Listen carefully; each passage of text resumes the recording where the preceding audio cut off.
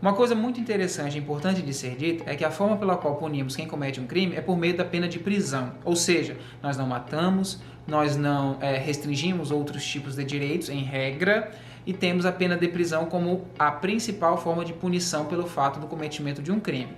E o fato de a prisão cautelar existir por propósitos totalmente diversos desses, quando é decretada, faz parecer que alguém está sendo punido de maneira antecipada.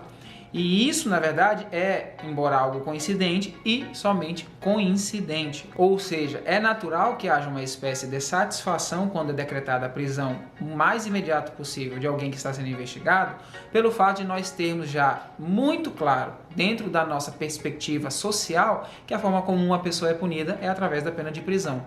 Mas o cuidado que temos que ter é de não fazer parecer que quando é decretada a prisão preventiva, alguém já está sendo punido.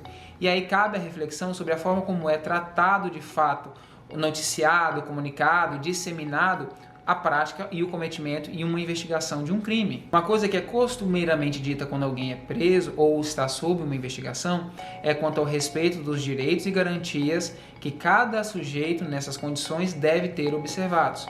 Só que os direitos e garantias fundamentais, eles são muitos, e dentre eles, e recentemente vem sido colocado de maneira mais enfática, também há a previsão de que todos os direitos e garantias fundamentais, como a vida, a segurança, que estão previstos lá no rol do artigo 5º da Constituição, também devem ser protegidos de maneira suficiente, ou seja, o equilíbrio que deve haver, normalmente garantido através de um processo, é entre os direitos e garantias individuais da pessoa investigada, mas também do direito e dever que o Estado possui de não só garantir a segurança aos seus cidadãos, mas também em relação à vítima específica, quando normalmente há uma vítima específica, uma vítima concreta. Me surpreende que alguns autores doutrinadores tratem a prisão preventiva sob a alcunha de ilusão de justiça instantânea, efeito sedante da opinião pública, falsa noção de eficiência do aparelho estatal de justiça e de persecução penal e instrumento de uso comum, porque restringem uma medida extremamente necessária a um ínfimo, a um conceito que, primeiro, desconfia de quem a decreta, fazendo parecer que todo magistrado, ao decretar, tem que ter sobre si a incerteza, a dúvida da idoneidade daquilo que está fazendo, assim como do Ministério Público, que em muitos casos, se não 99% deles, também tem uma opinião favorável ou desfavorável, mas quando favorável, enseja na decretação da preventiva. Afinal, a prisão preventiva ela tem seus requisitos estabelecidos em lei. As restrições à liberdade de um investigado têm previsão legal, ou seja, elas não se tratam de uma relativização do direito, mas se tratam de efetivamente uma restrição legalmente autorizada. Quando houver uma crítica à decretação da prisão preventiva, da prisão cautelar de um determinado sujeito, tente verificar in loco, diretamente na decisão, na fonte, o que aquela pessoa considerou, aquele magistrado considerou para poder decretar aquela medida. Porque, senhores, o que tem de ser compreendido é que todos os agentes públicos, eles possuem uma responsabilidade, que para alguns é também trazido como conceito de accountability. Significa que tudo que for feito tem que ser justificado, tem que ser explicado, tem que ser expressado de modo a convencer qualquer pessoa do povo de que aquela medida era necessária.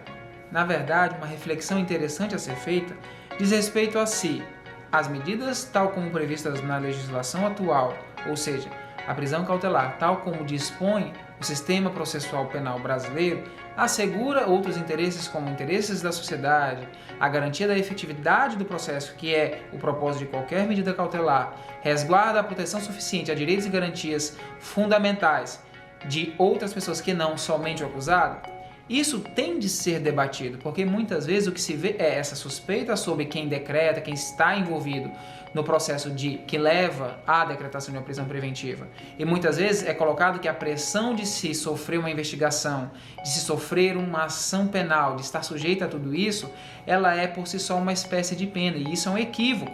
Nós estamos falando da autoridade do Estado e a pressão inerente a estar sendo investigado é porque contra determinada pessoa existe indício suficiente de autoria, possivelmente prova da materialidade, ou até mesmo provas. Cuidado que tem que se ter, são institutos diferentes. Prisão cautelar, as medidas cautelares têm um propósito específico. A prisão-pena não se confunde. Então você, cidadão, você, operador de direito, tenha muito cuidado.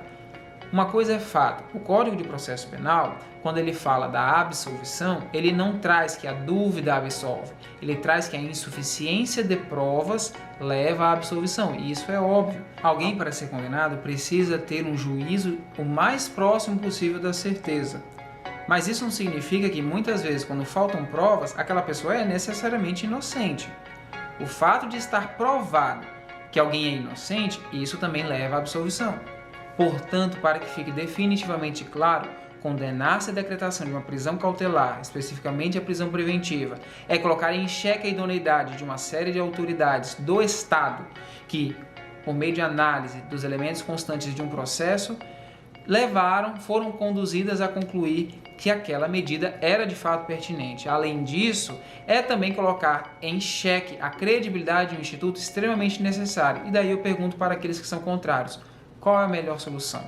Qual é a solução que apresentam para lidar com a problemática muitas vezes causada por um réu, por um agente, por um criminoso, por uma pessoa que reiteradamente comete crimes em série, que normalmente não corresponde a uma condenação e volta a praticar, que comete um crime bárbaro. Todas essas situações, qual seria a solução para se impedir que aquilo continue, que crimes novos sejam cometidos sob essa perspectiva? Fica aí então a sugestão que poderia ser colocada. Pessoal, eu espero que vocês tenham gostado do vídeo de hoje. A ideia é trazer um pouco mais essa temática para o debate. Eu peço de antemão desculpa por algumas coisas, como a demora para produzir um novo conteúdo, porque eu tive algumas situações particulares, pessoais e também relacionadas à minha rotina, porque infelizmente eu estou tendo que fazer algumas adaptações, mas se tudo der certo, em breve terei melhorias e incrementos, de modo que fique bem mais agradável e mais fluida a nossa experiência do projeto Fiat Lux. Muito obrigado e até a próxima!